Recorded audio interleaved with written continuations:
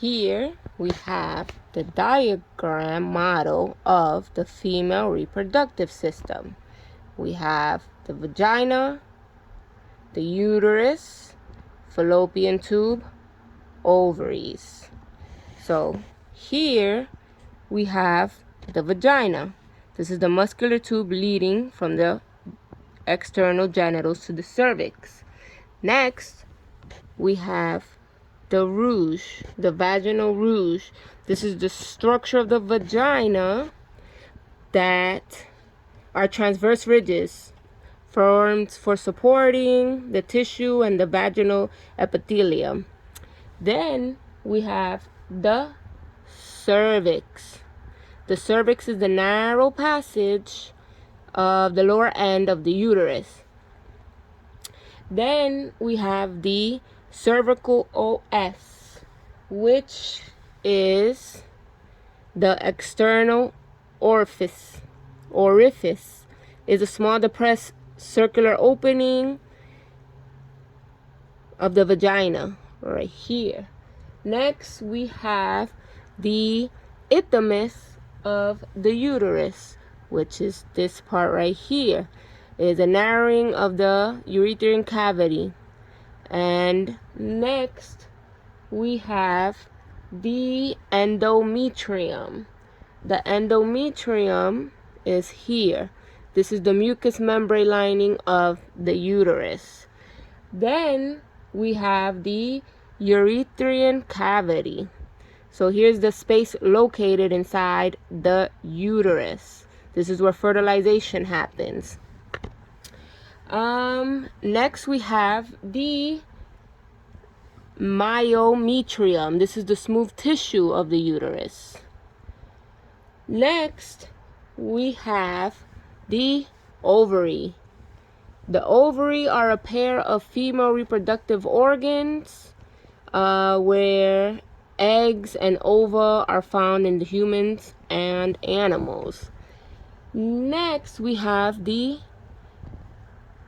fimbriae. It's a bunch of threads resembling a fringe. Next, we have right here the ovarian ligament. Is a tough band at the tissue that connects the ovary to the side of the uterus. Next, we have the uterine tube. This tube, which is also known as the fallopian tubes, are part of a woman that move the egg from the ovary to where the sperm will fertilize the egg, and it moves down to the uterus. Here we have the body of the uterus. The body of the uterus is the largest part of the uterus, called the corpus, also known as a corpus. Up here, right here, we have the fundus of the uterus. This is the part of the uterus that's furthest from the cervix.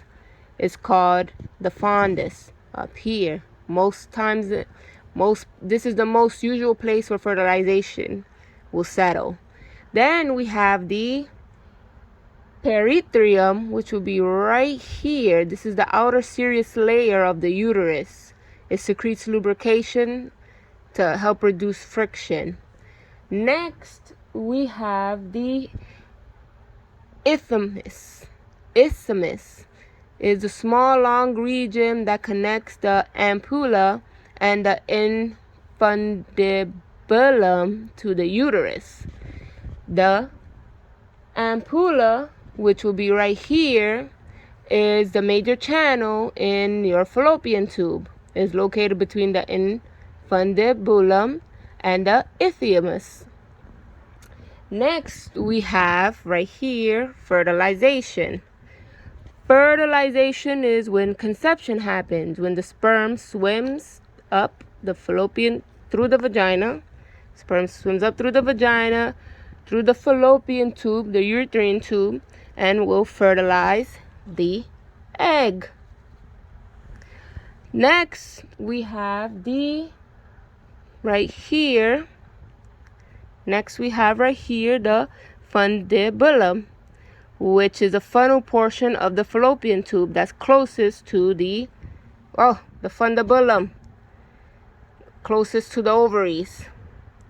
Then we have the primary right here. These doodads are the primary, secondary, and mature follicle.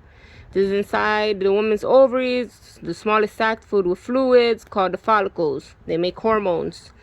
Then we have over here the corpus luteum is a structure that makes hormones and grows in the ovary after an egg is released. Then we have ovulation, which is right here.